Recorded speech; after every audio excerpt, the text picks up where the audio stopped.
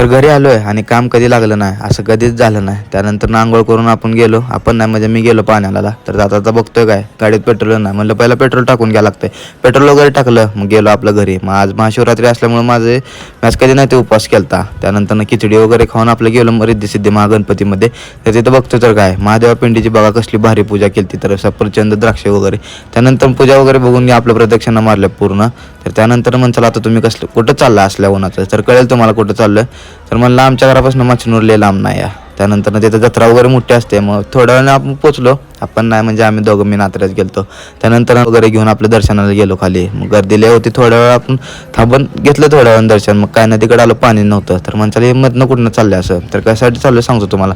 तर बघा कसली मोठी लाईन लागली. बरं झालं आम्ही सकाळी लवकर आलतो. त्यानंतर आपलं टिक्का वगैरे लावलंय, म्हणलं देवाला आल्यासारखं टिक्का लावून घ्या. मी टिक्का लावायचं रात्रीने मूर्तीच घेतलेली कशी तर मला पण माहीत नाही. तर ती मूर्ती घेऊन आम्ही निघालो घराकडं.